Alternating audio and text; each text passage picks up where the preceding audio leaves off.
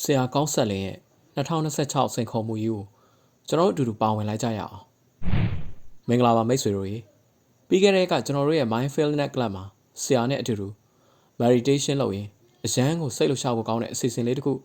ပြုလုပ်ဖို့ရအတွက်စီစဉ်ခဲ့ကြတယ်ဆရာက2026ခုနှစ်မှာကျွန်တော်တို့အတွက်လူမှုပတ်ဝန်းကျင်အတွက်တခုခုထူးထူးခြားခြားလုပ်ပေးခြင်းတယ်လို့ဆိုလို့ကလပ်ထဲကလူငယ်19ယောက်ကဆရာကို challenge ခေါ်လိုက်ကြပါတယ်ဆရာကလည်းအားလုံးရဲ့ဆန္ဒတွေကိုစုစည်းပြီး2026ခုနှစ်အတွက်စိန်ခေါ်မှု26ခုကိုရဲရဲဝံ့ဝံ့ကြီးလက်ခံလိုက်ပါပြီဆရာစီကကျွန်တော်တို့မျှော်လင့်ထားတဲ့ challenge တွေကတော့အလောက်ကန်ခွင့်လန်းများဖန်တီးပေးဖို့လမ်းဘေးတလိမ့်ဆန်လေးတွေအတွက်ခိုးလုံရဖော်ဆောင်ပေးဖို့မိဘမဲ့ကလေးငယ်တွေကိုမမေ့နိုင်တဲ့ပျော်ရွှင်မှုတွေပေးဖို့အပင်ပေါင်း6တန်းစိုက်ပျိုးပြီးကဘာကြီးကိုအေးမြစေဖို့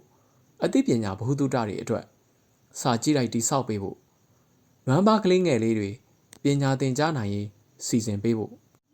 ကျန်းမာရေးအတွက်အခမဲ့ဆေးပေးကမ်းဖွင့်လှစ်ပေးဖို့ public area မှာလူထုအကျိုးပြုအဆောက်အုံဆောက်လုပ်ပေးဖို့စေဘေးသင့်ပြည်သူတွေအတွက်ခိုင်ခန့်တဲ့အမိုးအကာတွေဖန်တီးပေးဖို့မြမယဉ်ကျေးမှုကိုကဘာတိအောင်မြင့်တင်ပေးဖို့ရေအရင်းမြင့်တဲ့တဘာဝပတ်ဝန်းကျင်ထိန်းသိမ်းရေးလှုပ်ဆောင်ဖို့လူငယ်တယောက်ရဲ့အိမ်မက်ကိုလက်တွေ့အကောင့်ထဲပေါ်ပေးဖို့လူအယောက်2တန်းကိုဥဆောင်မှုပညာ leadership သင်ကြားပေးဖို့ပျော်စရာလဲကောင်းစုကြီးလဲပါတဲ့ squad game တစ်ခုဖန်တီးပေးဖို့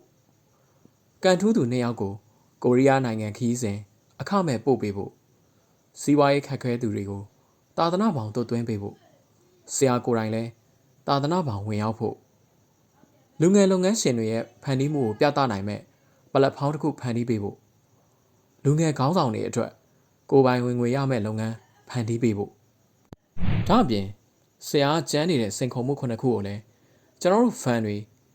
တပည့်တွေရဲ့အတန်ကိုနားထောင်ပြီးဖြည့်ဆွက်ခြင်းတယ်လို့ဆိုပါတယ်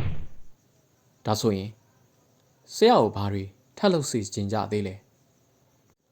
ဘလို့စိန်ခေါ်မှုမျိုးတွေကလူငယ်တွေအတွက်အကျိုးရှိမလဲကွန်မန့်မှာဆရာအတွက် challenge လေးတွေဝိုင်းပြီးအကြံပေးပေးကြပါအောင်ဗျာဆရာရဲ့ခိုင်မာတဲ့စိတ်ဓာတ်နဲ့ကျွန်တော်တို့အားလုံးရဲ့ဝိုင်းဝန်းကူညီမှုတွေပေါင်းစပ်ပြီး2026ခုနှစ်ဟာတကယ်ကိုအံ့ဩစရာကောင်းတဲ့နှစ်တစ်နှစ်ဖြစ်လာမှာအသေးချပါပဲအားလုံးကိုကျေးဇူးတင်ပါတယ်